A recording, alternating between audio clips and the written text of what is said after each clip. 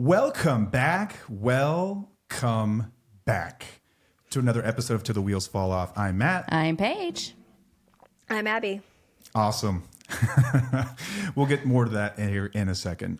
Quick apology to all of our listeners. I just realized as I was editing our last episode that I spent 12 minutes of your time talking about stuff that we offer, and that's ridiculous. I'm going to be quick about this. I'm going to make this more succinct. Brevity is not a skill that I possess, but I'm working on it. I can assure you of that. We have a website, www.twfo.com. That's tufo.com, where you can find things like merch. You can find our newsletter and blog that's posted every single week. If you scroll all the way to the bottom, you can enter your email address and get more information there. You can also find out about our course.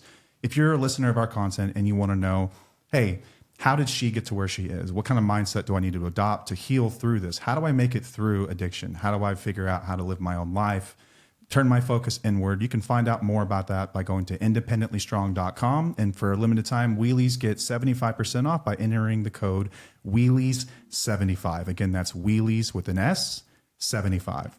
And we've got a sponsor for today's episode. SoberLink is brought to you by SoberLink. SoberLink is the most high-tech breathalyzer in the world. It is a discreet and reliable way to monitor sobriety. So whether you're navigating a co-parenting or custody agreement or working on your own recovery and you want to prove sobriety to somebody, it is a great way to give peace of mind.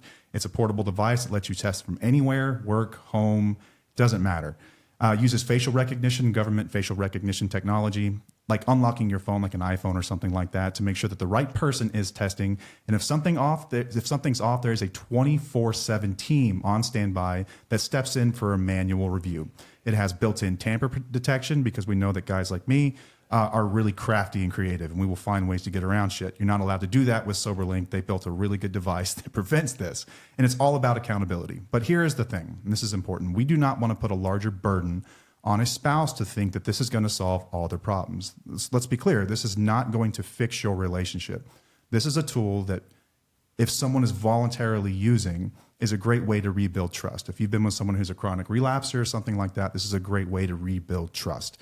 It lets you set up intervals in which you can blow. You both agree on this. But I think both of us, Paige and I, both agree that I wouldn't have it any other way if I was in a custody agreement. Right. To be able to prove this. And it is court admissible in all 50 states and in Canada, offering proof when sobriety really matters. And that's why over 200,000 clients trust SoberLink, and it's often called the gold standard in court. So if you're looking for accountability and peace of mind, visit soberlink.com/wheels to sign up and get $50 off a device. Again, that's soberlink.com/wheels. And now on to the episode. Awesome. We are great. Thank you. We are here with Abby Eckel. And for those of you that do not know Abby Eckel, I will give my best at a brief introduction. Abby has become, I think, our favorite content creator here over the last year. I found a video, which we will play soon. It was your equal partner video. Abby makes feminist content. She makes content about relationships, motherhood, marriage, equal partnerships, and many other things. She is feisty. She is well-spoken, and she is amazing. And she's agreed to come on our show, and we cannot thank you enough. So, Abby, if you would just introduce yourself briefly for the guests.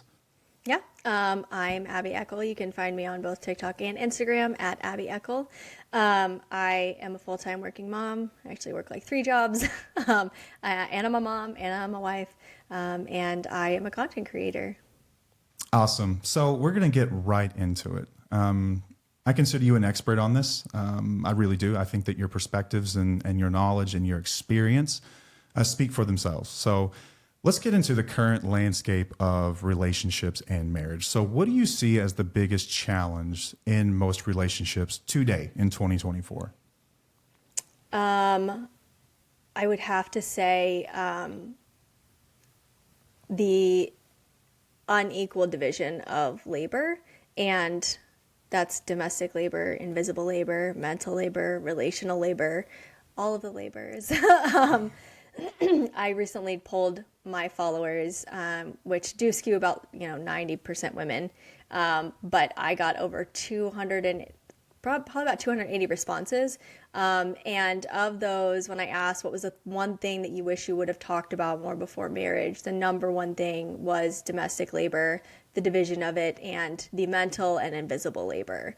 I don't think anybody's really prepared for that. I think it is probably the number one issue in most relationships and marriages. And it's kind of assumed, I think, by many people that this is something that you sort of work out. I think that oftentimes, and as we'll get into, this falls on the shoulders of women to carry most of this weight. That's just how it's been set up for so long.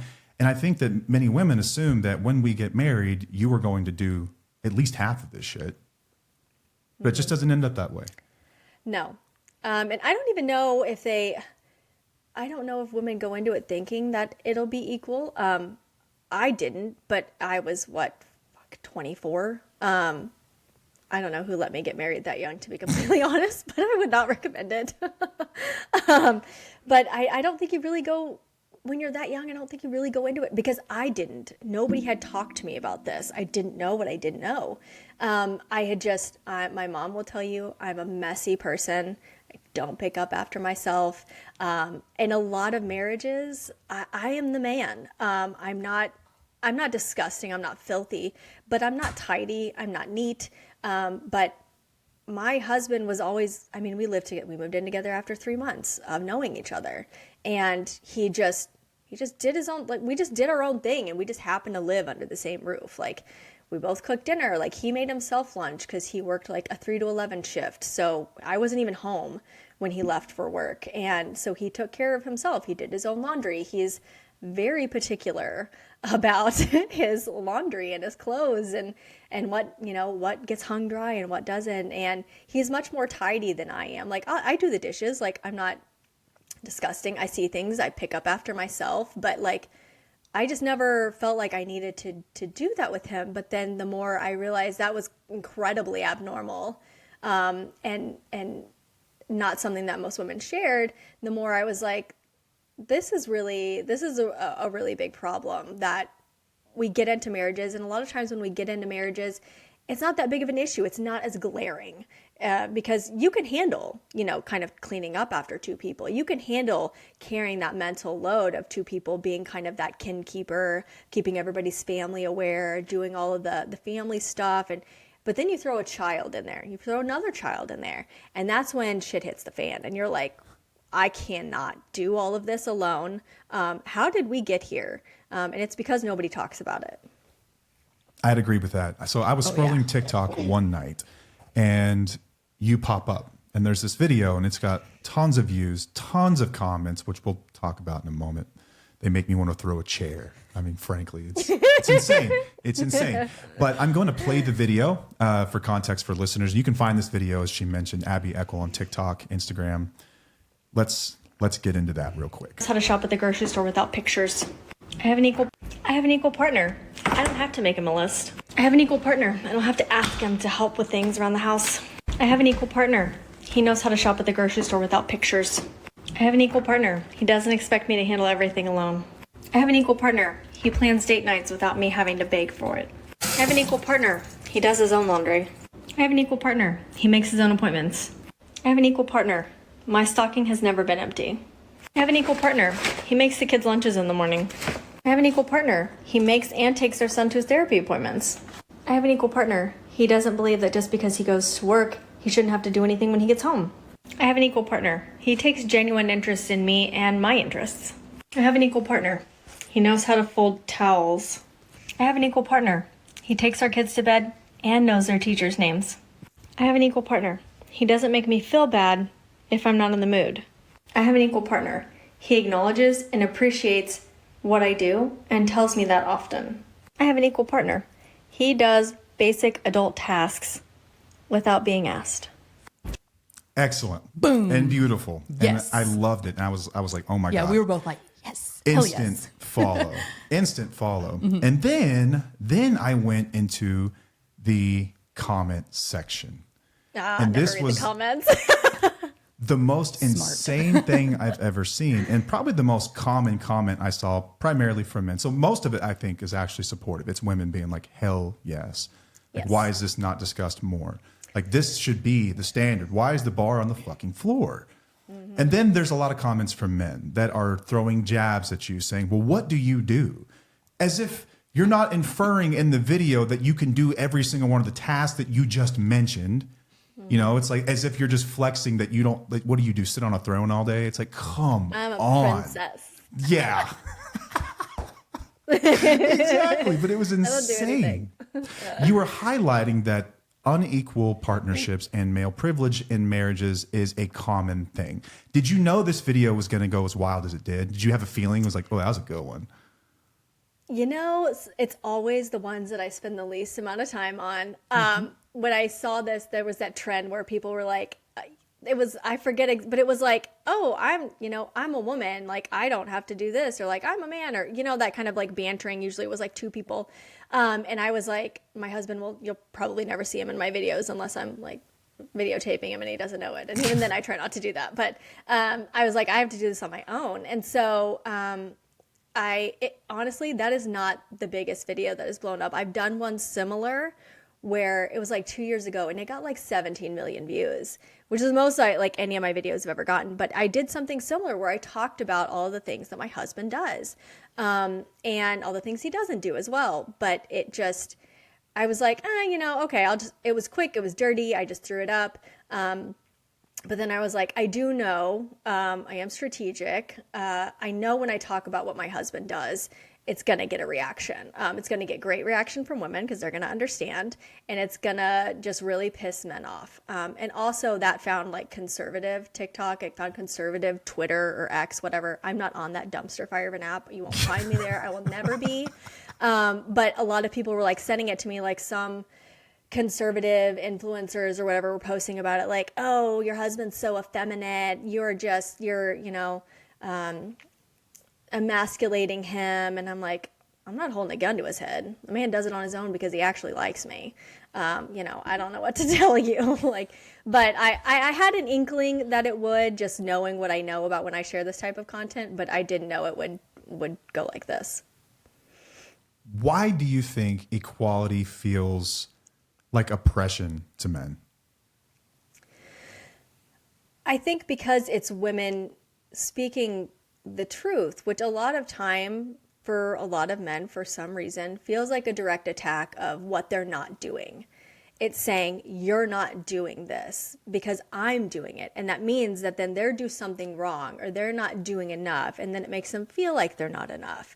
And I haven't quite figured out why that is. I feel like it's a lot of societal conditioning, because I think, but I also think men have grown up with this idea that all they have to do is bring home a paycheck, and then that should kind of absolve them from doing anything else. And it doesn't matter that 75% of women between 25 and 54 are also working.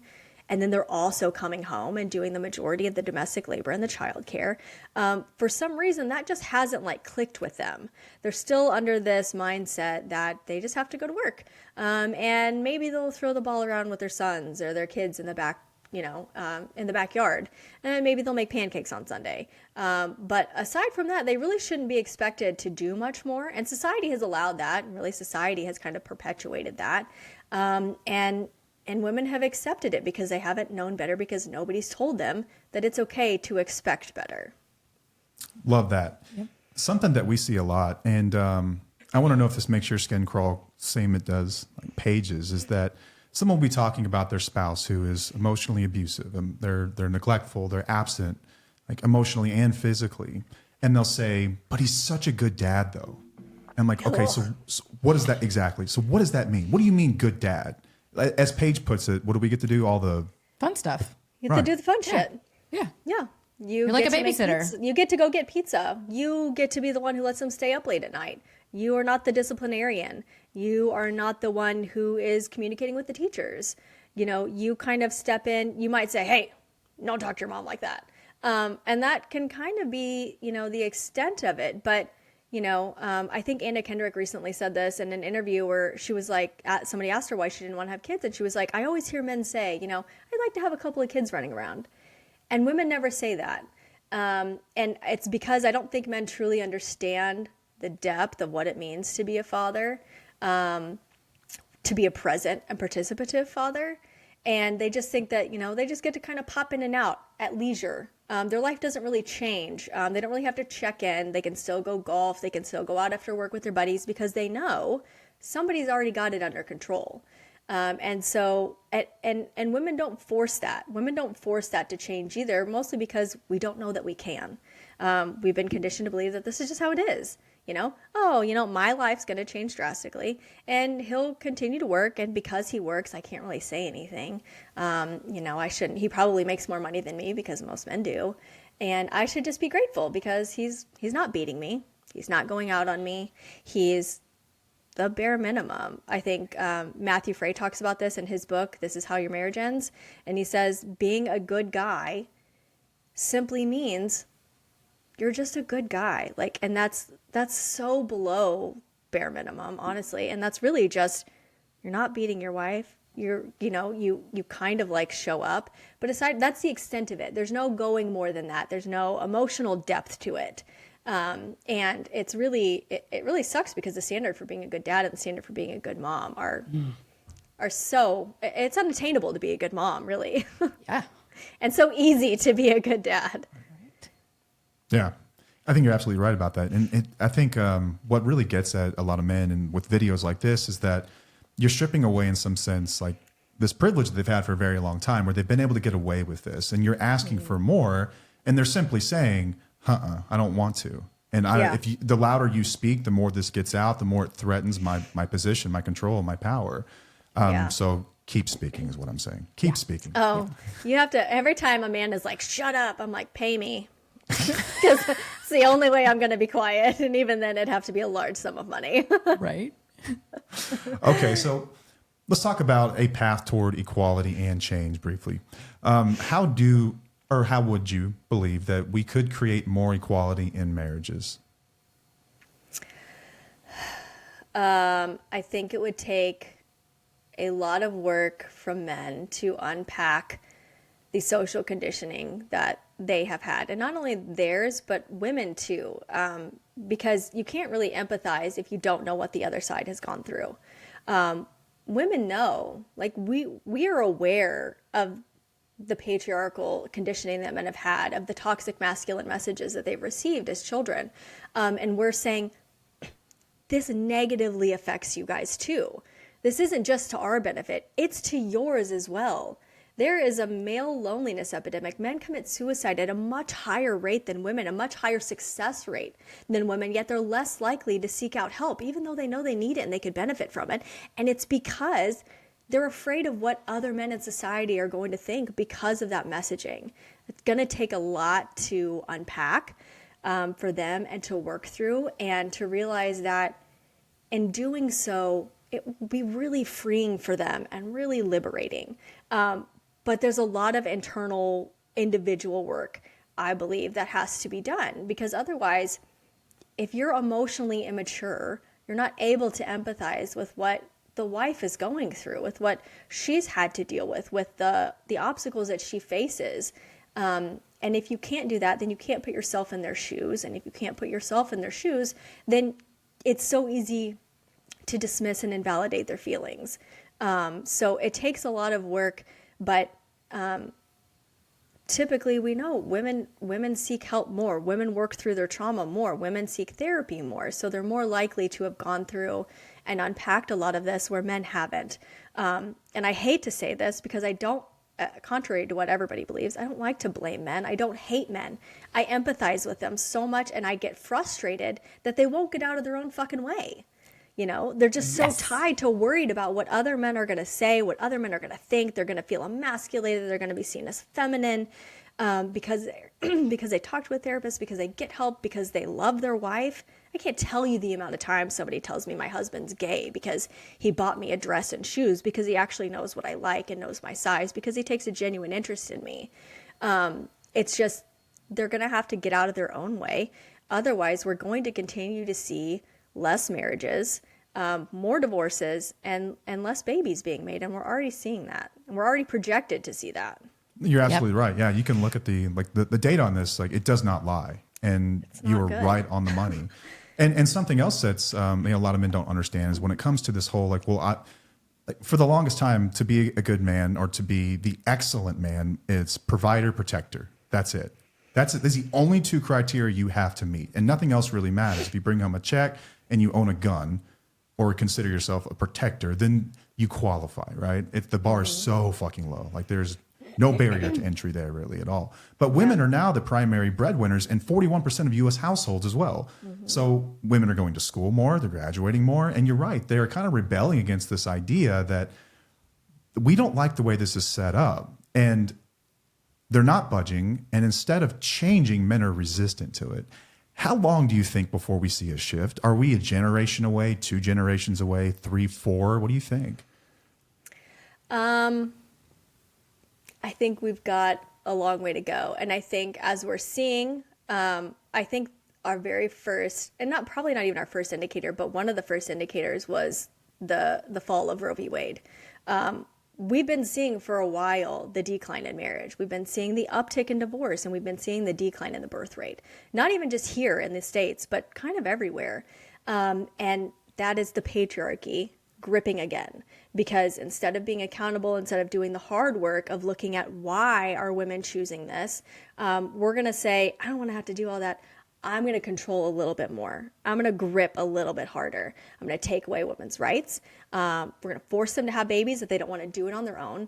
And we're going to make them cogs in the capitalistic machine. And then we've seen it. I see no-fault divorce on the horizon. It's a slippery slope. You take away one right, it's easier to take away two.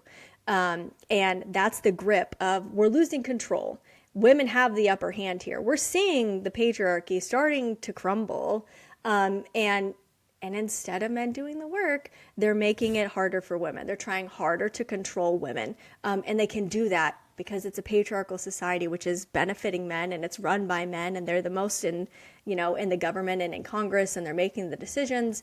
And so it's hard. We've got a long way to go. And now we're seeing that more Gen Z men identify as conservative, which means we've still got even further to go.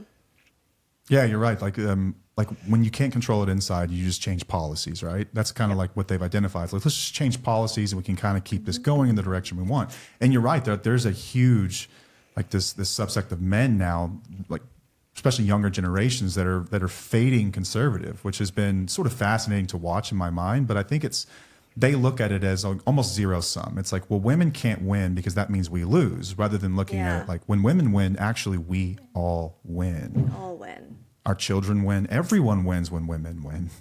But it's, this is power control, is power dynamic, and everything else has been going on forever.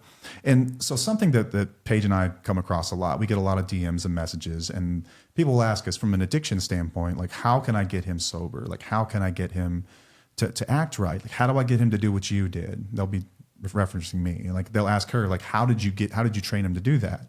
I'm sure you get a lot of the same messages. In your opinion, can you train someone to change? No, absolutely not. Women always ask me, what did you do? What was, how did you find your husband? How did you train your husband? And it's luck and standards at the end of the day. It was luck. We didn't have, addiction to overcome. How I would love to hear how Paige responds to those types of DMs. Because for me, it's that it was a little bit of luck and a lot of standards. But for most women, it's never going to be that simple. It's an unfortunate truth. The odds are stacked against them in terms of what we know about men and what the stats say about their emotional intelligence and their ability to exert empathy. I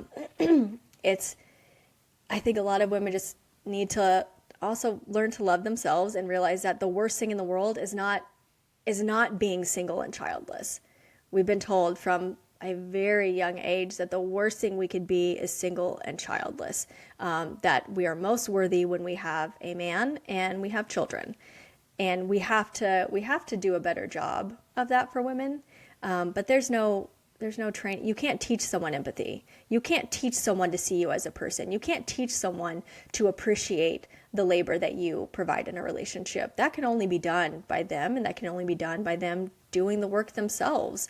I think you can probably do it a lot alone, with outside resources. I'm sure you guys have amazing resources that are helpful. I think therapy is really helpful too, but there's no there's no magic equation to attracting a good man. There's no cheat code. And I hate that there's so many female influencers that are, oh, just be in your divine feminine. No, fuck that. That's repurposed misogyny. I'm sorry, but no. It's really just have standards, don't settle, don't lose your stream of income, and get a prenup. That's what you do. Yeah, and don't do everything for your partner all the time. Don't do everything for your partner, ever. What we did, even from the get-go. Like I didn't I would do laundry occasionally and stuff like that. We would do things, but it wasn't, I wouldn't make lists for him. I wanted him to do whatever he needed to do because he needs to be a person. He's a person and he's a grown-ass man. He's got to learn to do these things on his own. It's not my responsibility to parent him. It's not my responsibility to make sure that he's doing what he needs to do. And that was me setting my standards. And he picked up on it, luckily. You know, but a lot of men don't, or some men don't, or maybe women do too much and they don't realize that they're doing too much, and it's actually causing like an issue for them to actually figure out how to do things on their own, if that makes sense. Yeah, it is. And that's one of the things that's interesting whenever I talk about this, whenever I tell this, because one thing my mom did teach me was set out as you mean to go on. And I've taken that to my core. I have never felt the need to go in and make my husband a lunch, to remind him to call his mom for her birthday, to, remind him of important things. If it's important to you, you'll make it a priority. I'm not going to make it a priority for you. If I'm not a priority, I'll see that and I'll leave. But a lot of women, I think, also are conditioned to believe that we show our worth to men, consciously or subconsciously, by providing domestic labor. We do it to young boys too. We see it, in young boys when moms or aunts or grandmas say, well, how could you leave? Who's going to feed you? Who's going to do your laundry? How are you going to take care of yourself? They're already planting those seeds of you're already incompetent. You already need to rely on a woman to do those things for you. And we do boys and men a great disservice by giving them that type of messaging. But we also do a great disservice to women by making them believe that we just need to do these things for them. And whenever I tell women in a video, don't start doing these things. Don't start cleaning his apartment. Don't start folding his laundry. Don't start making his appointments or reminding him of shit. And the first thing men always say, well, I guess I just won't change your oil. I'm like, okay, all right. And over 50% of women maintain their own cars. We're like, oh, sorry, I've got to drive my ass down to the Jiffy Lube. Okay. What? I'll never mow my own grass. I just won't mow your own grass anymore. I'm like, okay.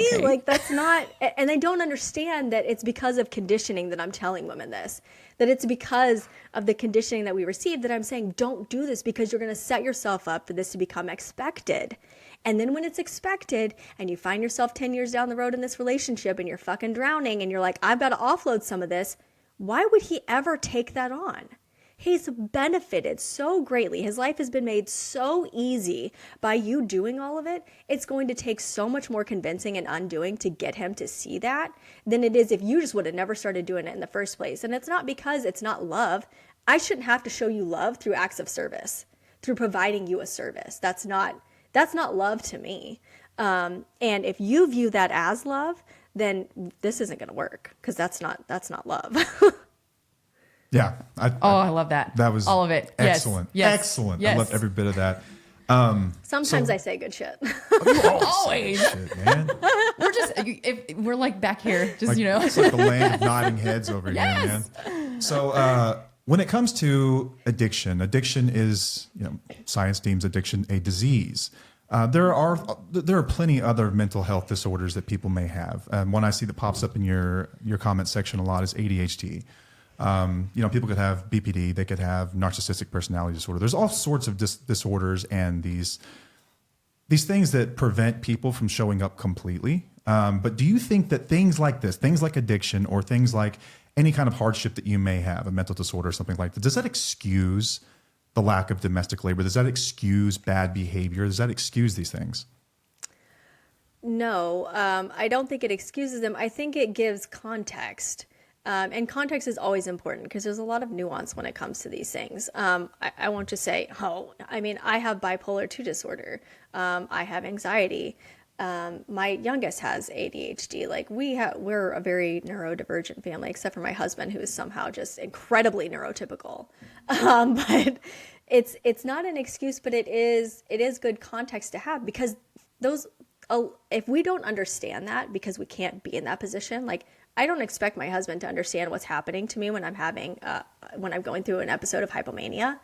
But he can empathize with it because he understands it, and I can communicate with him.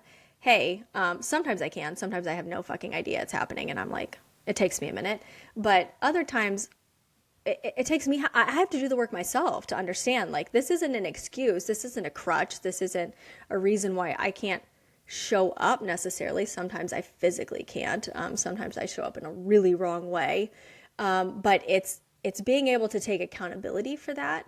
And ADHD shows up the most when I hear this, because I think a lot of people do have it. I think a lot of women are late diagnoses, and it's more so just saying, okay, I know that I have this.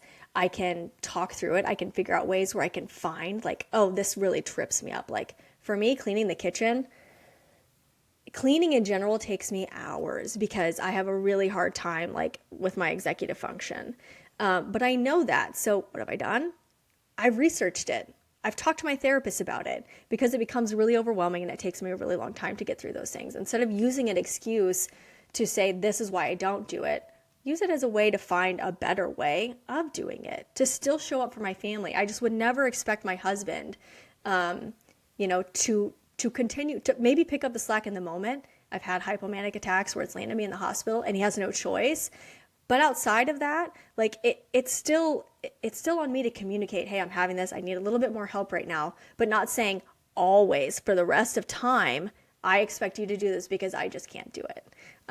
So it's not an excuse, but I do want to say that it does provide context, and I'm not like, oh, that's bullshit. Like, because I don't think that. These are very real diseases. These are very real diagnoses, and I do empathize with that, but I don't empathize with people who refuse to help themselves around it or with it.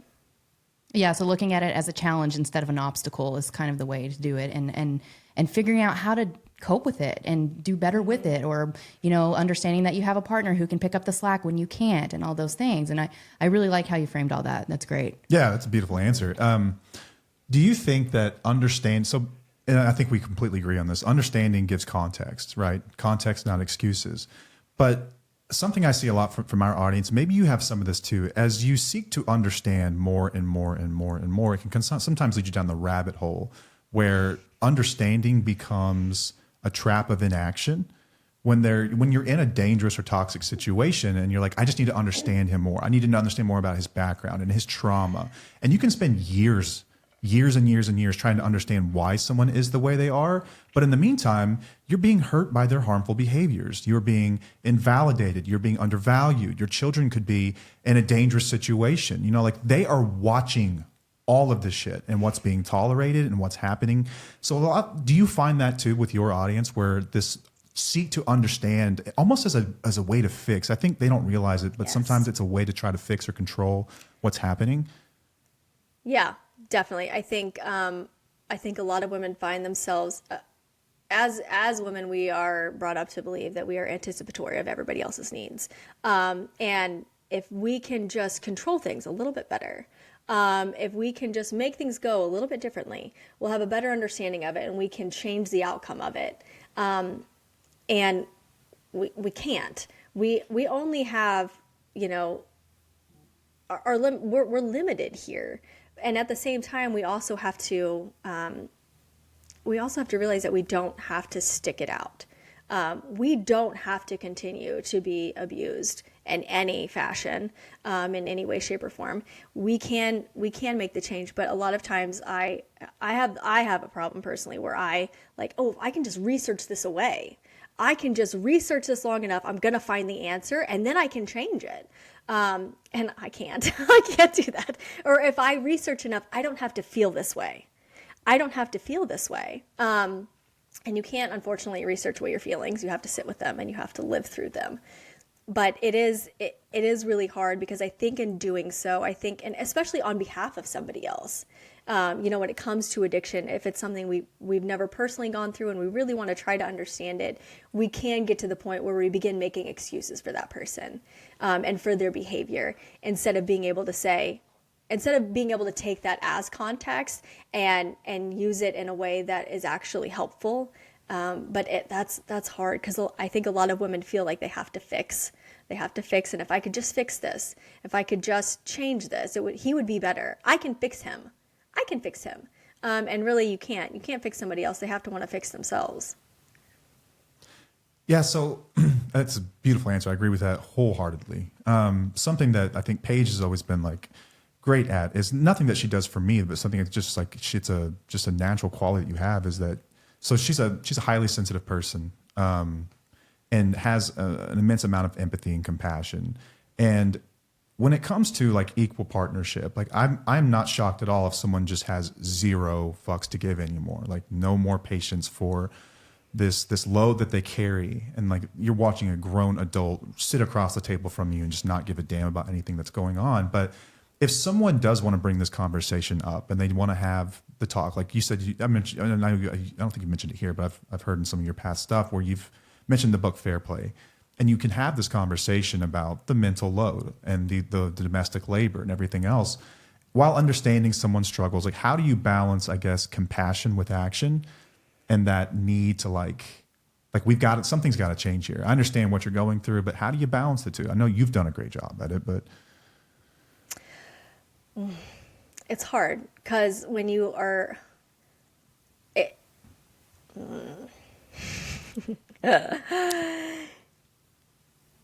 I don't have a great answer. It's because it's hard when you find yourself in that position and there's such a growing resentment. You have been trying and trying and trying and communicating this way and that way and the other.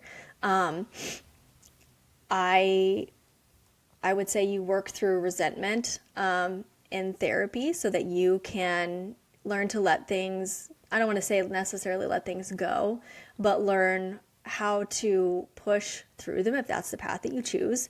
And I think if you're wanting to implement, if you're going to somebody, your spouse, and you're saying you want to have the conversation about the unequal division of labor, it's, I am always empathetic. I am like Paige. I'm a highly sensitive person. I can tell when my husband comes home if something's wrong by the way his foot hits the floor. I'm too in tune with people like that. But I always ask, like, I want to have an important conversation with you. Is today a good day, or would there be a better day? Because I don't know what his day has been like. He doesn't know what mine has been like necessarily. And I want to be conscientious of that, because if I want to have a productive conversation, that's going to play a role in it. If he's had a really shitty day, we're not going to have a productive conversation. So now is not the time. So we're going to have to, put this on hold for a second and then come back to that. And then it's finding a way to take a step back. We're not going to do this when we're angry and irrational. I write things down because I tend to get really emotional in these types of things where I'm sharing things that have upset me or that I want to see change in, and I will forget. So I write things down beforehand that I really want to cover off on, and it's not because I'm like, oh, I've checked all these off. I'm just like waiting for you to, do all these things, and here I am presenting all the shit that you did wrong. But it helps me in like remembering these are the important things that I really want to hit on and talk to you about, and realizing that if it gets unproductive, I'm going to shut it down. I'm going to shut down, and we're going to have to revisit this. So I think it's really having a plan and telling your partner your plan. I want to have an important conversation with you. I'm not going to raise my voice. If you raise yours, I will stop talking. We will pause this and come back. But I do expect these outcomes, because when you're saying that, then it's then you're kind of setting the precedent. You're setting your expectations. And then throughout the discussion, I always pause after I say something and I say, okay, this is what I said, but what did you hear? Because a lot of times what I said and what you heard are not going to be the same. And I think that's a really good way, because a lot of times it comes off as I can't do anything right. It's not good enough. I'm just not showing up enough for you. And that's not what I said at all, but that's what you heard. Now we have to work through that. And now we can let me explain a little bit more what I meant by that. But having productive conversation is a lot of fucking work. It's taken me and my husband a really long time to learn how to communicate. Me specifically, I'm a terrible communicator. I never saw it modeled really well in my family. And I tend to I just bottle things up and I sit on them because I fight myself. Like, do I even have a reason to be upset about this? Let me think about that. Like, let me sit on this. And even all the while, I'm just like pissed. But I'm like, do I have a reason? Like, I try to go through like, well, maybe he did it because of this and maybe he did it because of that. But one of the things that's also really helped me is understanding that like my husband doesn't do things like out of malice or like with ill intention. He's not doing it or saying it to purposely harm me. And I just tend to work through like, okay, why did that harm me? Or why did that upset me? Because it's not usually the topical thing that gets my immediate reaction. There's something underneath there that I need to dig through a little bit before I bring it to the table. That was a really long answer, and I don't know if I answered your question. No, it's great. I think it was excellent. That's excellent. I think Okay. that what you basically described there is no doubt you've done a lot of work within yourself too to understand emotional intelligence. I think that in general, women come conditioned with more of this. I'm not sure if they come stock with more of it, but I know that they are conditioned much more to understand emotional intelligence. And you're right. Mm-hmm. Many men don't. Like I've said this for many years that like so many men do not understand the language of emotions. And so we get emails and DMs and it's like, how can I bring this up? I'm like, you can bring it up however you'd like. You can come up with them with the most beautiful, eloquent statement. And if they're not emotionally intelligent, they're going to hear what you just described, which is I'm never good enough. I can't do enough. Mm-hmm. And they've got these cognitive distortions that are kind of at play in their mind that they're not even aware of, right? And then it just becomes extremely unproductive. But you're right. If they wanted to, they would. I think that that's something that I've always stood by. Like if they wanted to understand, they would try to understand. Like you won't have to beg them to understand.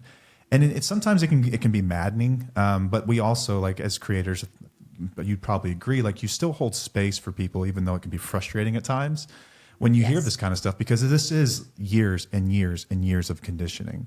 Like from our side, years of conditioning from the medical community telling people like, listen, they have a disease. And then they're calling these women just flat out codependent.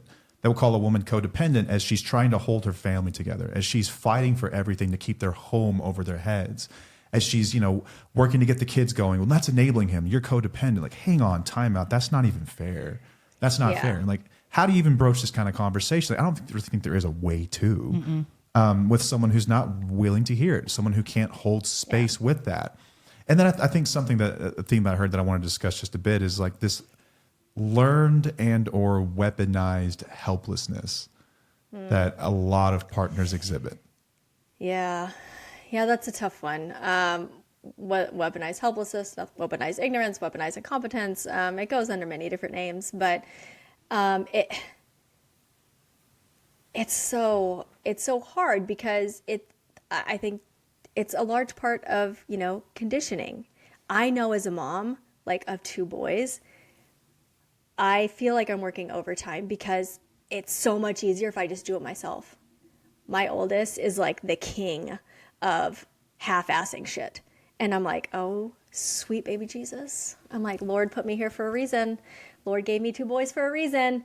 Because it becomes easier. And I think a lot of moms did that with their sons, with grown men now, is that their husbands weren't doing it. They weren't sharing equitably, and trying to get their sons to do anything around the house created more work for themselves. And they were finding any way that they could to do less of it, which meant never teaching boys how to do anything for themselves.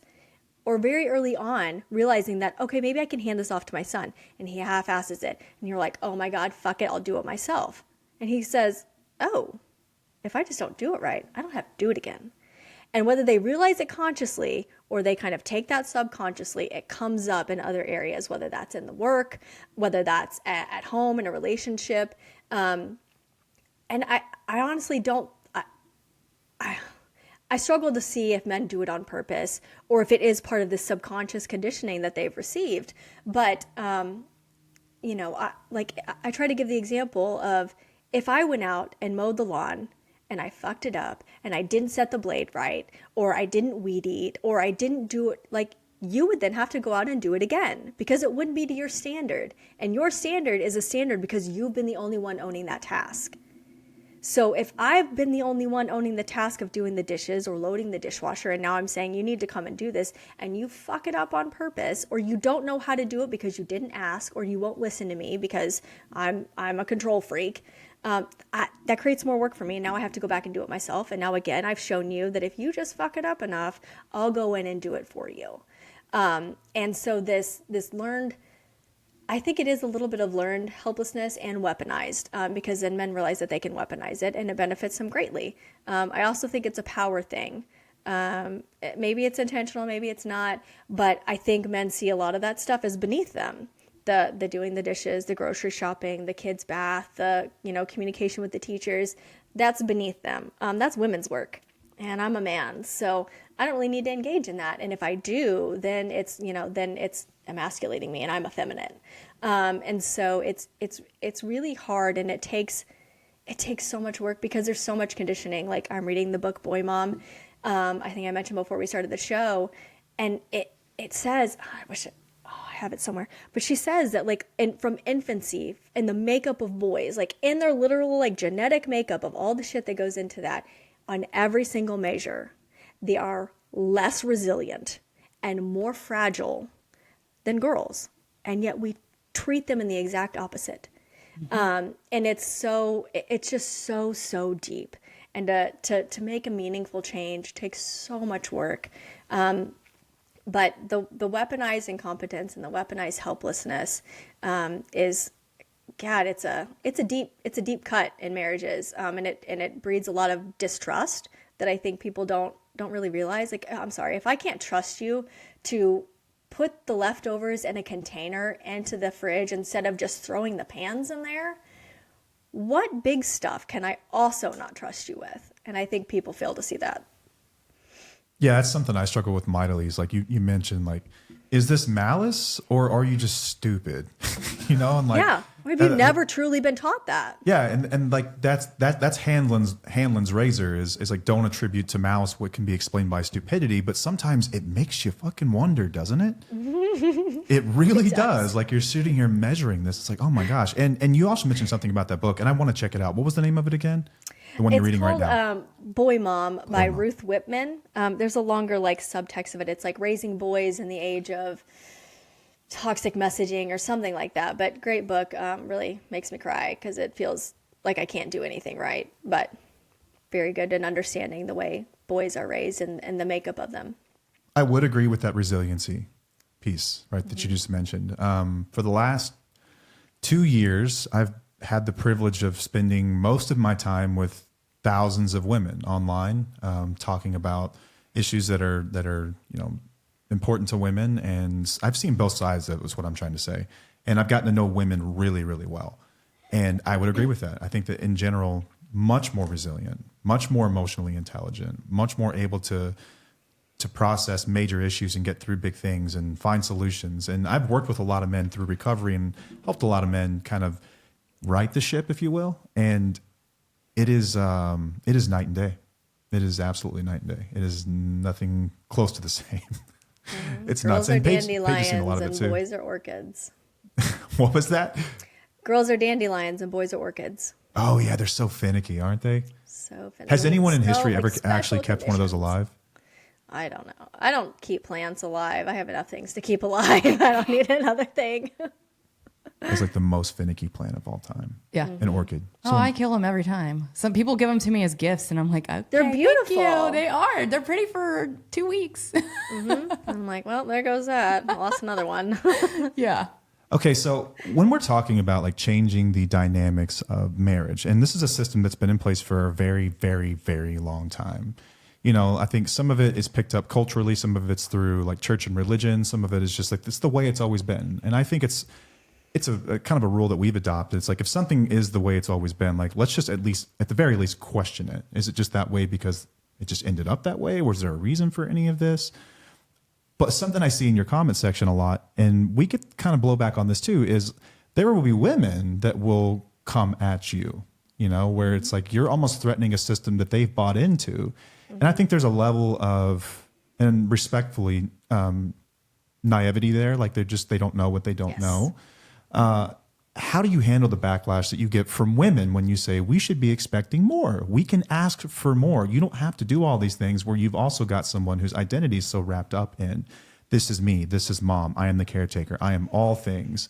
And maybe everyone's brain's a little bit different. Maybe some people enjoy it. I mean, I can't say they don't because they're telling me they do. So I have to assume to some degree they do. But how do you handle that? I think it's knowing the conditioning that we've all been under, and how hard it is to move past. A lot of it, for especially older women, is religious reasons, and a lot of it is that they haven't done the work. They don't know. They're just not, like, we're just now starting to see women understanding these things, understanding the system, understanding how it's worked and built against them and not to benefit them whatsoever. And we've only done that because we have these platforms that have allowed us such reach and such way to reach women and have connections in ways that other women never did. And a lot of times, if we think about it, it was only in the 70s that women could open their own bank account, that they could get their own line of credit. And that's a lot of unpacking of how women were essentially trapped. They didn't have any choice, really. But if they had a male co-signer, whether it be a father or maybe an uncle or a friend, if they wanted to be a spinster and live their freedom, they still had to have a man sign off on that.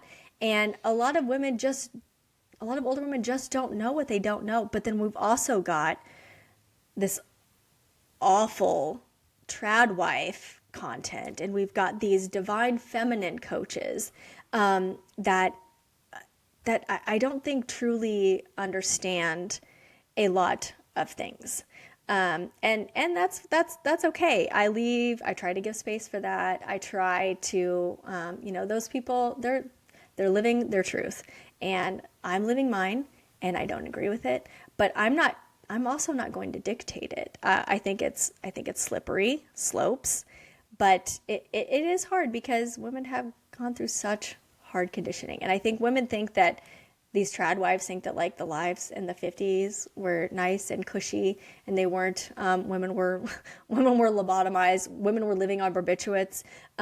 They were beaten mercilessly by many husbands.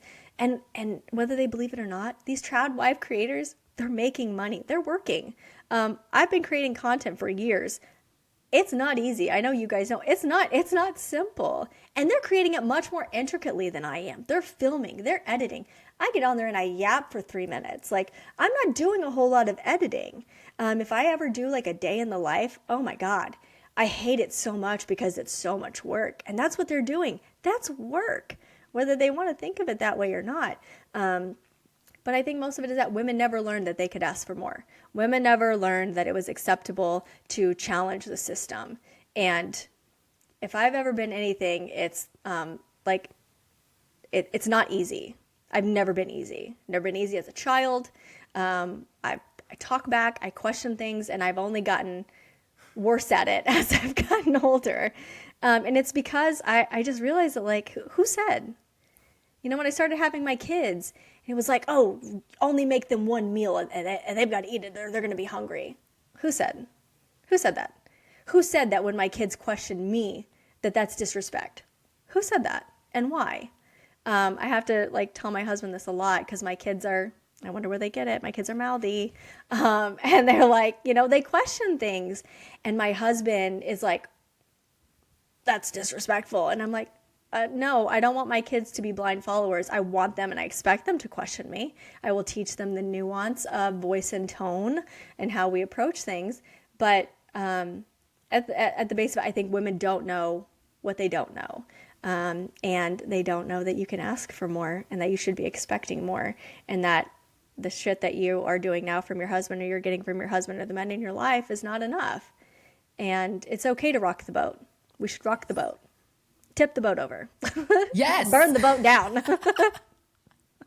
I love that. I love that so much. And it seems like so much of the support that's been there for women over the years, so when it comes to spousal support through addiction and things like that, there's a program called Al-Anon, and many people find it very helpful because of the community that exists there. But the AA program was written in 1939, and it was written by men. There's a chapter called Two Wives that I would love to get your feedback on. It's the most misogynistic, disgusting thing you will ever read. Great. Ever. It basically tells them, you have to, I think it starts out literally, it says, to our women folk. It's just it's awful. But it's written in the 30s, right? But this is what they had, and that program still exists today, and it perpetuates this message and this idea is that you shouldn't be asking for too much. Do not upset him. Do not rock the boat. Take Tolerate a step back. Tolerate. It teaches you how to tolerate abuse. And in our opinion, we can't prove this certainly, but divorce was women could not get divorced. They could, like you mentioned, They couldn't open a bank account. So why could they get Yeah. divorced? They still had to have a man. They had to learn how to deal with it that time, and that they were conditioned that way. And that wasn't that long ago. Yeah, and so many of these systems have been set up to save relationships. Like, let's just save them. Like, the marriage is important, the family is important. And I don't believe that families aren't important, but I don't think that every relationship should exist. I think that, like, when it comes to divorce, it's so taboo. But it's like, I love that sound clip that's out now. It's like, leave your husband, leave. Yeah, It's hilarious to me, and it's like there's so many situations where it's like there's no other solution here.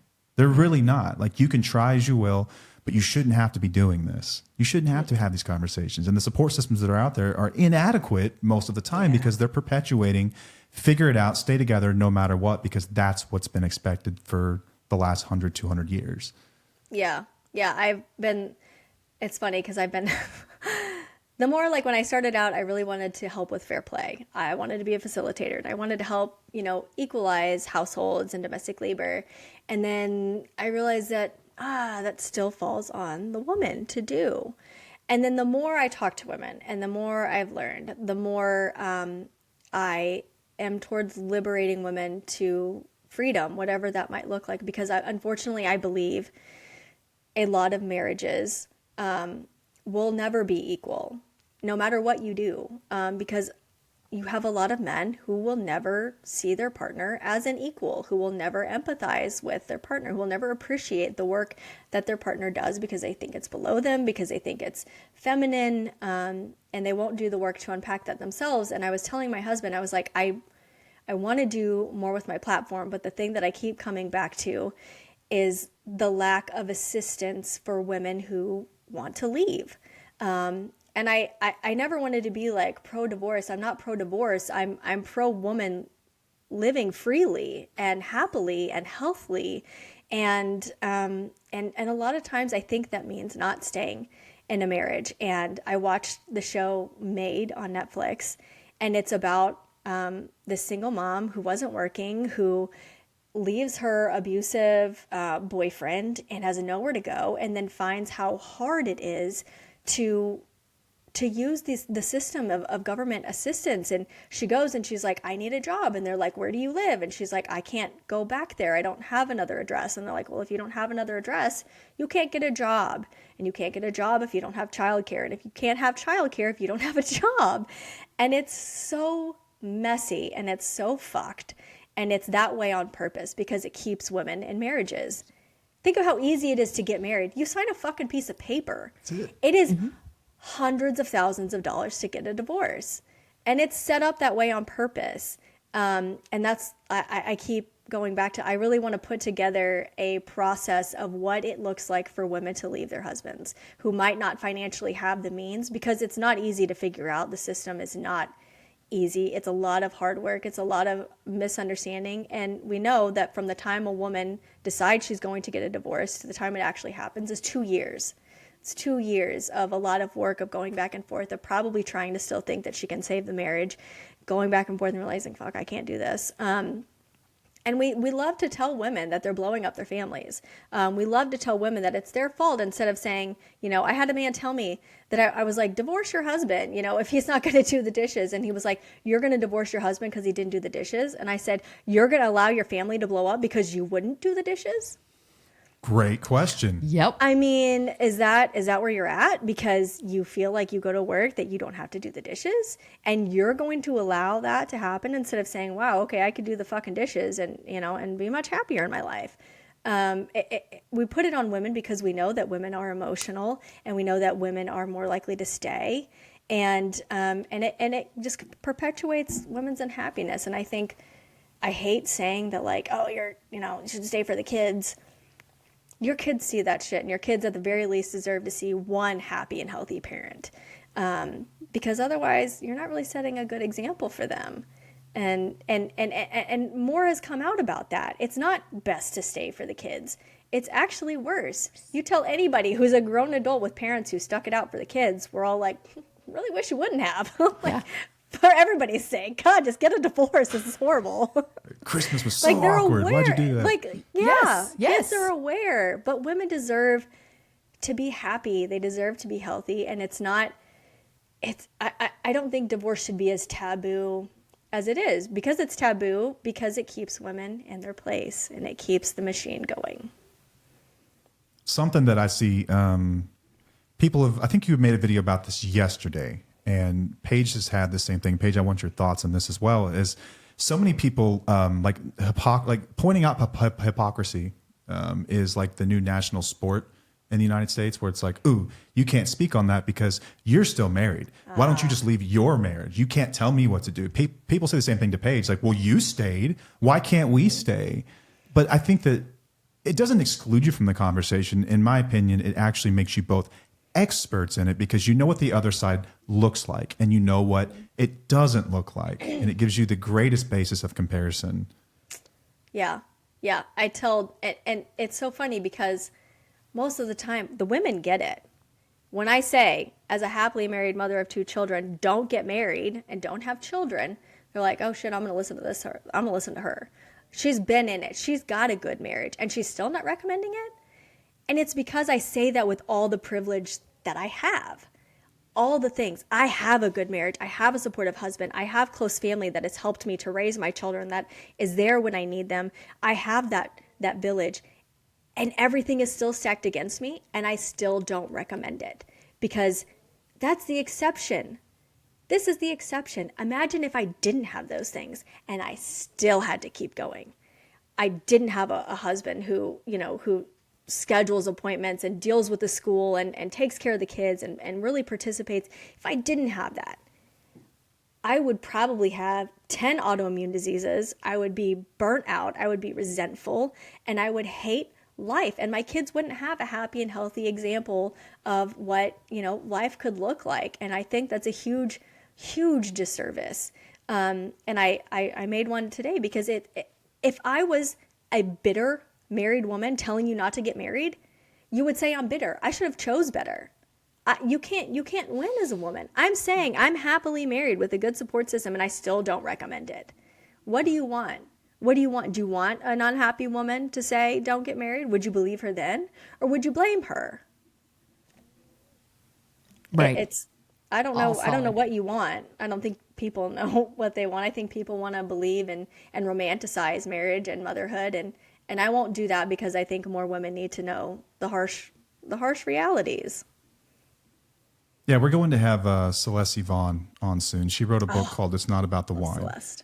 She is amazing. I read her book, and my brain exploded. I'm sitting there reading. I think I read the entire thing in like a day. And just that perspective, you're right. Like what's expected versus what men have to do in any given day. And it blows my mind that people in healthy relationships are saying this, and they're being told you can't speak on that. And you're right. There's the hypocrisy from the other side that says, well, if you do speak on it, it's because you obviously were at fault for this divorce in the first place. You're just bitter. You don't choose well. What was your part in this? And all the bullshit that people say. Like, I think that, and I see this a lot from, I shouldn't say it's like, I think both sides probably do it, but I see it more from like the conservative male side, where they love to play this whataboutism game, where it's, you can bring up an issue and it's, well, what about this? Or what about that? You know what I mean? Like, but I'm talking about this in this 1 minute fucking video. I'm not saying that you don't have issues. I'm not saying that you don't have valid concerns. We're just talking about this. Like, let's not play whataboutism. As a content creator, how do you deal with that? And how do you keep things kind of central and focused? Is it just impossible to some people? It is. And I've learned that a lot of men are not asking in good faith. They don't have good intentions in it. They just want to come in and stir the pot. And sometimes I let it, because sometimes I'm feeling extra feisty and I'm looking for a fight, and I'll go toe to toe with you for as long as I can. I have time today. And I have time today. And also, this will make really good content for me in the end. So let's go, man. Because I come with receipts. I come with the data. I come with the science. I don't talk to hear myself talk. I talk because there is important shit that needs to be said, and I can back it up. And it's not when I talk, it's not a whataboutism. A lot of times it's not about opinion. My opinions are based from the data that I know. And a lot of times with women, I'll engage more because they tend to be more willing to learn. But some men will actually DM me and want to talk more. And I'll have longer, more in-depth conversations, and I'll really, really challenge them because I have a problem with the need to be right. And I will keep going until it's probably really bad for me. But I will keep talking about it because the whataboutisms are just they're just a deflection. That's exactly it. From the topic at hand. Like when I say men in plural form, everybody knows we don't mean all men. Right. Obviously, I know good men. I have good men. I love good men, and it's because of those good men I know shitty men. Yes. And let's stay here. I'm not talking about all men. I never say all men. You'll never hear me say all men. You'll never hear me say I hate men. I won't do that because I don't. I can empathize with men. And so it is hard. A lot of times I just don't play the whataboutisms. And the women in my comment section know too, like, don't engage with these guys. Don't engage with these people. It's not going to be a productive conversation, and you're going to drain yourself. It's an energy drain. And I have enough shit that drains my energy. I don't need to let some random man on the internet do it too. Love that. Yep. As a content creator, I'm sure that you get frustrated at times. No doubt. You get burned out at times. Like you have a healthy marriage. Like we have a healthy marriage. And it's tough to go back in time and talk about maybe a painful time that was, or something that you're not living in anymore. So it's tough to keep it fresh sometimes. Like, how do you manage that personally, kind of drifting into like you and...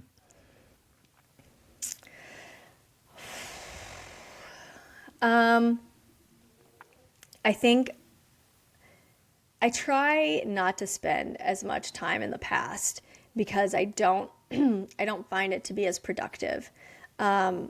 There have been too many things that have happened. Like, yes, my husband and I had a hard time after our first was born, and we fell into traditional gender roles. And I was like, something's got to change, man. I'm not going to keep doing this. And because it did change, I was thankful. My husband got a different position, and we had long conversations, and we continue to have evolving conversations about how we split things up. But I think I always find more stuff in the present to talk about, because the more I know, the more pissed off I get. And there's one new thing for me to get pissed off about and talk about every day that's more important than things that happened in the past. The things that happened in the past, they made whom I am. They certainly paved the way for me to get here. But, they're always, that information is always there, and it's always weaving itself into my messaging and the content I create. But it's got to be present day. It's got to be what's happening today, what's going to happen, because I can't change what already did. But I can work to change what's to come. Does it ever get frustrating? And I'm not going to say all, but does it get frustrating when some women see the issues, they've learned quite a bit from you, and then there's no action that follows? I know this is something that we both see a lot, where you've come here, you've been validated, you've been educated. We do our best to empower people, and then nothing. It's incredibly frustrating. And most women know that, though. Most women already know. They already know. They already know they need to leave. They already know that they probably won't. And I'm not here to try to get you to divorce your husband. I'm here to validate women. I'm here to educate women. And I don't expect any woman that comes to me asking for help or asking for advice to take it immediately, because I know the conditioning. I know why I didn't leave. I was in an incredibly unhealthy relationship for 5 years before my husband, and I didn't leave. In fact, I almost married the guy. It was the worst thing I could have done, and I fucking knew that. I knew that, but I was still going to do it. And I can't tell you why, because I don't know why, other than I was just an indoctrinated idiot. But I know that, and so I hold I hold space for that, because most women probably aren't going to leave. And I just kind of go in it without expectation. But I can't help them financially do it. Most women can't financially do it. That is the biggest roadblock for women in leaving, is that they That was going to be my cannot next question. financially do it. So many women are that, and their kids, financially, and their kids are the two reasons that women continue to stay, because they're afraid of leaving their kids alone with their husband. He's not been participatory now. He doesn't know them now. I would be terrified to leave them alone with them for a weekend, like, ugh, that's a terrifying thought for women. And also they can't financially. And so I just kind of have that expectation when I talk to any woman, is that I'm not expecting her to leave. I'm just expecting her to receive validation from me, and maybe some education, and maybe just get her to the next day. And there is really no magic bullet solution for that. You're right. Like, that's the same thing that we hear from our listeners and followers, is like finances is a major obstacle to being able to get out. Mm-hmm. It's really tough. And I know you're not a financial expert, but do you have any thoughts on, like, what are some things that someone can do, like, that hasn't been in the workforce for a while, to get out there and to start to maybe to squirrel away some money, to open a bank account? Like, do you have anything like that? God,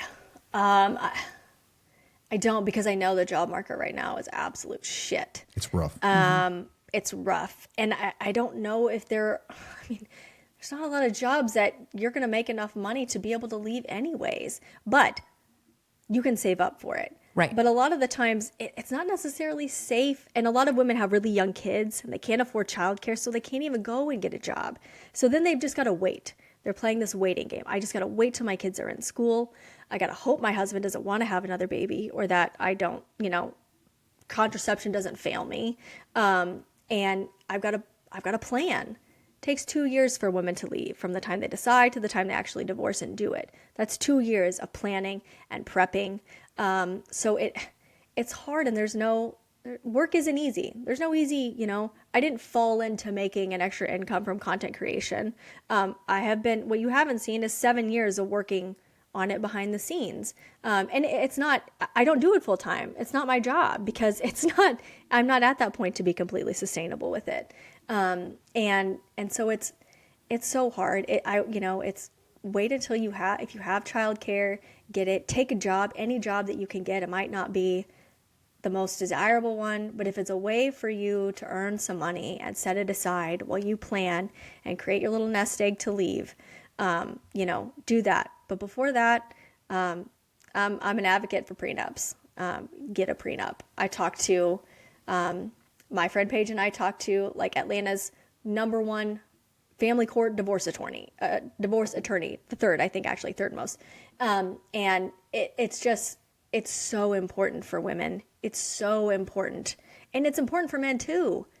You have, like, the biggest joint venture you're going to, come to is 2 joining forces of money. This is a lot of money at stake. It's ensuring that financial, it's not even that, like, oh, I get half of your money. It's ensuring that neither of us are going to go broke in the case of divorce, because we've already got it laid out. We don't really need attorneys. It's already here. It's already validated. This is what's going to be able to keep it clean, because 41 out of 50 states are not equal divorce states. You are not entitled to half. Those judges get to decide. And if your husband can paint you out in a bad light, it's not going to look good for you. And he probably can, because he's going to afford a better attorney, because he's got the money. I didn't realize that. There are 9 states that are not equal divorce. Yes. You are not automatically entitled to half. It is up to the judge's discretion. You could get 40. You could get 80. You are not automatically entitled to half. And even then, you don't get it until your divorce is finalized. And at that point, I'm not really sure he's going to have half to give you, because that divorce is costly. Right. So, and we can all three, there's not an answer to this question I'm about to ask, but, like, we can all three sit here and, like, wax philosophical about it. Like, what can someone do if they find themselves in this untenable situation? What can you do in order to bide your time, or to find some kind of peace in the storm? I think it if you are truly like, I'm calling it quits, but you can't leave, I say remove all of your expectations from your spouse. And when I say that, it sounds like a lot more work. It sounds like it's going to be a lot more work because you're like, okay, well, I'm not going to expect him to do, to do dinner or to do anything. The couple times he might give the kids a bath or put them to bed or whatever it might. No, that's off the table. But in all honesty, you've been doing it alone already. So it's just resetting and removing those expectations. That's incredibly freeing, because those expectations are what cause a lot of issues for people, is they have these unexpressed expectations that they're not sharing with their partner. And even if they still have those expectations. Maybe it's in their mind or whatever. And when those expectations aren't met or things aren't done, it just brings you back down a peg. And that just continues over time. And so if you can just remove that and you can just say, fuck it, I'm going to live my life as best as I can for myself, doing the things that benefit me the most where I can, I think that that's incredibly freeing, because you're not saying, oh, well, maybe this time it'll be different. Maybe this time he'll listen. Maybe this time, he's gonna hear me out and he's gonna change. No, just come to terms with the fact that this is what it is. This is how I have to move forward, and really find peace in the fact that he isn't gonna change, and you get to kind of live for you at that point. Yeah, I love that. That's like when we discuss people detaching. That's what they get to. But I like how you framed it with don't have expectations. It's like pretending they're not really there, and you just do your own thing. And then you empower yourself and you realize, you know what, I can do this shit on my own. Like I can do this. And it's like a breath of fresh air. I used to have to do that with him when he was in active addiction, because I had to pretend like, you know what, you can't do anything. I'm going to just do it myself. Didn't you say that you just had to pretend I was dead at some point? I did. There were some times where I did. I did. It was easier for me to pretend that than it was for you just being around and having to be like a child or expecting you to do things that I know that you weren't capable of doing at that time. Mm-hmm. It sucks. On the topic of expectations, we did a communication episode like a long time ago, like right when we first started. And I've maintained that in communication is important, and communicating your expectations is important. And we had like a clip that was sort of like purposefully out of context to get people riled up. I'm sure you've done that before. So we tossed it out there, and I got absolutely roasted, and justly based on the actual clip. But it was like, listen, if you want your needs met, you ought to communicate your needs. And then it was overwhelmingly women saying, I shouldn't have to communicate what I need. I shouldn't have to communicate. Where are you at on that? It depends on where you're at in your relationship. You have to set those expectations early on. I expect early on in my relationship with you, I'm going to have to express those needs. I will not continue to do so throughout the duration of it, but I will do so often in the beginning. And also I will leave if they're not met. I'm not going to, I'm not going to tiptoe around it anymore. That doesn't serve me. When my husband and I were first together, I was a waitress and he worked 3 to 11 with Sundays and Mondays off.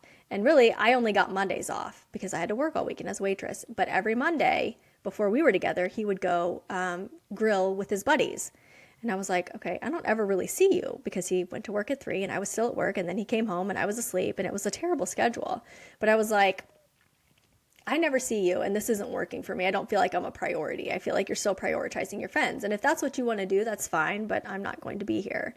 And he was like, wow, I didn't think of it like that. Like, I'm sorry. Like, maybe I'll just go once a month with him if that's okay. And I was like, yeah, that's fine. Like, I'm not asking you to stop seeing your friends, obviously. But it was setting that expectation early on that if you want to do this, that's fine. I will not be here for it. I will not go along for this ride. I expect to be a priority. I will treat you as a priority.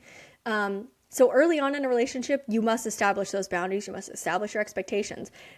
Moving on, 6 months, a year into it, I should not be having to remind you of the ways that I like to feel loved, of the expectations that I have for things. I shouldn't be saying, okay, this is like your 7th night of fantasy football, or your 7th fantasy football league party that you're doing.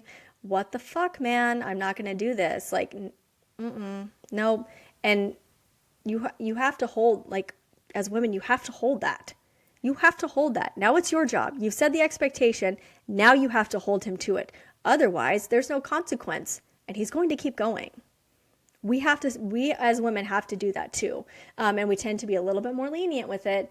For whatever reason, we really want to find love. We romanticize relationships, and we kind of miss those glaring red flags at times. But I shouldn't have to tell you. I don't have to tell my husband after 13 years that I like to receive handwritten love notes. I don't expect one every day. I don't expect one every month, but I do expect some.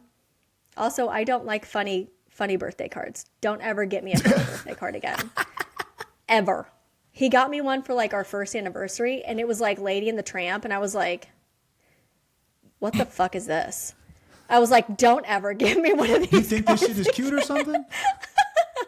I sound like such a snot, but I was like, I don't like funny cards like this. I want something meaningful. Yeah. That's solid, though. That's what you like. That's what you have want. to speak it. Yes, and like, you if you don't like something, like there was one time, I'll give another example. There was one time I had been asking for this ring. Like I worked on like the Helzberg Diamonds account for work, and they had this Morganite ring, and it was this beautiful pink color. And I was like, I love this ring. I want this ring. And for my birthday, we meet up at dinner. Our son is like 6 months old, and he's got this Helzberg Diamonds bag. And I'm like, oh my God, yes. And I've told him previously, do not get me a piece of jewelry unless it's a ring. I don't want nice necklaces. I don't want nice earrings or bracelets, just a ring. Here's my size. And so we get to dinner, and I see this bag, and I'm like, yes, it's the ring, and it's a fucking necklace. And I was like, my face speaks before my voice does. And I was like, this man.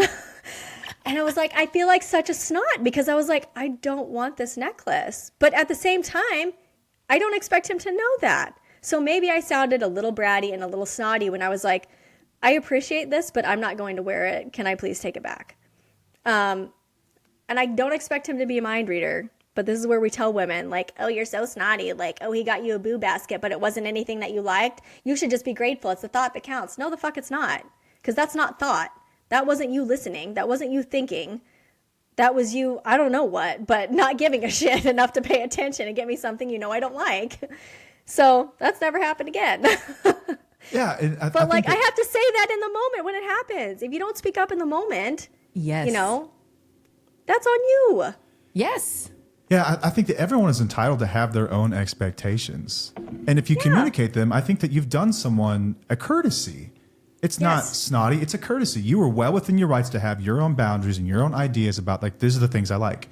Like, God fucking forbid you don't agree, but this is the stuff that I like. And someone can either meet them or not. And you're right. Like, what's crazy about men is that many men will perform very well in professional tasks, like in jobs and whatnot. They would fire someone after 3 months if they were still having to tell them the expectation is that you're here at 8 a.m. The expectation is that you return emails to clients. But then you in relationships are like, what do you mean? What the fuck? No? Yeah. Like, you fucking know. Act like you don't know. Yes, you know. But they also know that they can get away with it. That's the thing. They know that like women aren't going to expect that much of them. And like I grew up with my mom, you know, I love my mom. It's a great woman, but you know, saying things to me like, men are just dumb. Men are idiots. You just have to spell it out for them. We're not, actually. They don't see things the way you see it. And I was like, no, I'm not going to treat my husband like an idiot. One, because that's like really condescending and rude. Like, he's the smartest man I know. Why would I treat him like he's fucking dumb? No, I'm not going to treat men like they're dumb, and I'm not going to let shit slide like that. Because if he were to tell me I want a Patrick Mahomes jersey and I would get him a Tom Brady jersey, I'd be like, well, it's still a jersey. He would be like, I hate Tom Brady. I wanted a Patrick Mahomes jersey, and like rightfully so. Like, you know, speak up, man. Man, that's just, we could go on and on and on about that one. Yeah. That was so good. Yeah. And I think we ought to cap it with this. What say you to people that claim that women's standards are too high? That's the issue. It's that your standards are fucking ridiculous. Good. Because that weeds out the shit. Sorry. Yes. But like, if you come to me and you say my standards are too high, I know that you're not high enough for them. So kick rocks, Peace man. out. Bye. It's a waste of my time. I'm not. No. you can say that all you want, but they're still my standards. And if you're not going to meet them, that's fine. I'm not going to hold any ill will to you. I'm not going to be mean, but I'm also not going to settle for them because I know what I'm worth and I know what I expect. And you can either rise to the occasion or you can just move on and we'll call it good. It's insane to me that people think that you would be asking her Paige's always had very high standards. And I have always loved and admired that. I wasn't raised in a home where like healthy behaviors were exhibited. I learned a little bit later in life, but she had the standard and I rose to the occasion many times. It's like, I loved that. I loved the challenge. It was a challenge. I enjoyed it. I was like, I want to be that guy. Like that is a guy in my mind that I want to be. Like in the back of my mind, I could always hear like the better version of myself clearing his throat. And it's like, oh, I know he's in there. I'm just being a lazy son of a bitch right now. Or this is just kind of what I've been used to. Or I'm smoking weed too much or doing any of the things that, we do. But I'd agree with that wholeheartedly. It's not the expectations the problem. It's that I think the bar is on the fucking floor for what it is to be a good man today. It's an illusion, really. Not even a real bar. Not even a real bar. It's an illusion. Oh my God. I absolutely love that. And my husband says the same thing. Like, because my sister, everybody's always like, oh, your husband's mom. No, it was my husband's sister. My husband's sister has the highest standards for every man in her life. And she always has.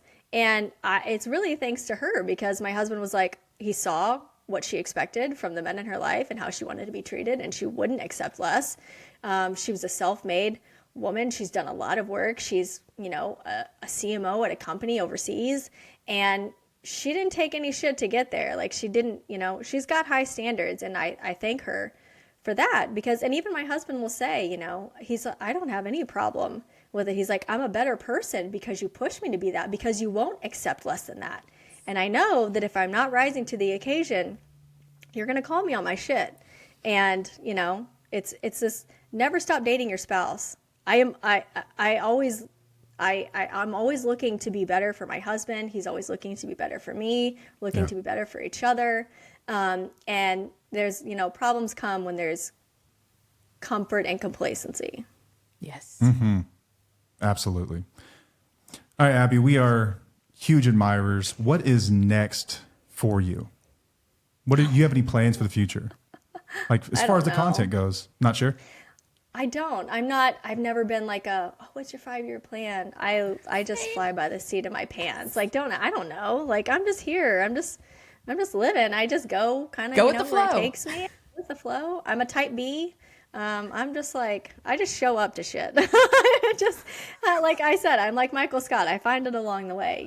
I enjoy doing this. I'm going to keep doing it. And I don't know. I just kind of see where it takes me, see what opportunities come on the horizon. I'm not going to stop creating this content. So, I'm just going to be here doing my thing.